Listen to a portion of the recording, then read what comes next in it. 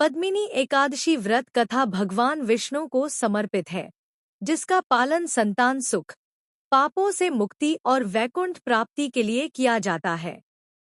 यह व्रत सभी मनोकामनाएं पूरी करने वाला माना गया है। पौराणिक कथा के अनुसार त्रेतायुग में महिष्मती नाम की नगरी में कृतवीर्य नाम के एक प्रतापी राजा राज्य करते थे। उनकी बहुत सी रानियां थीं, लेकिन किसी भी रानी से उन्हें कोई संतान नहीं हुई। संतान न होने के कारण राजा और रानियां हमेशा दुखी रहते थे।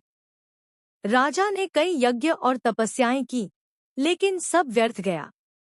अंत में निराश होकर राजा अपना राज्य त्याग कर अपनी पत्नी पद्मिनी, जो कृतवीर्य की पटरानी थी, के साथ गंधमादन पर्वत पर तपस्या करने चले गए।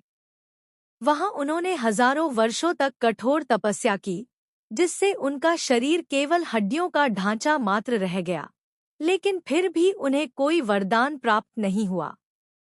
तब रानी पद्मिनी ने माता अनुसुया की शरण ली और उनसे इस समस्या का कोई उपाय पूछा। अनुसुया ने रानी को बताया कि हर तीसरे वर्ष आने वाले अधिक मास या पुरुषोत्तम मास में शुक्ल पक्ष की एकादशी का व्रत करने से सभी दुख दूर हो जाते हैं।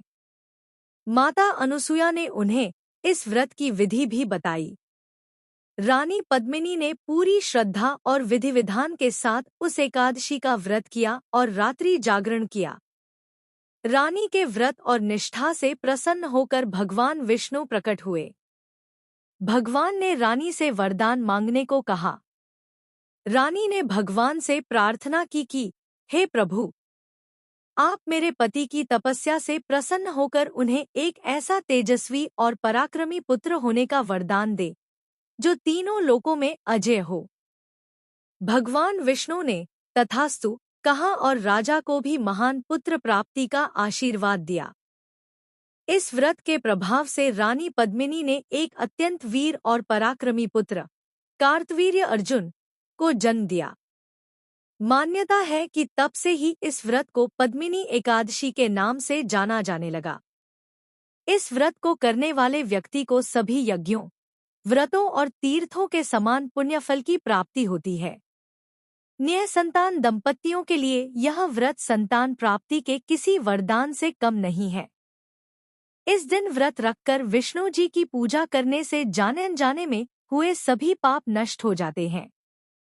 ऐसी ही दिव्य जानकारी के लिए चैनल को सब्सक्राइब करें।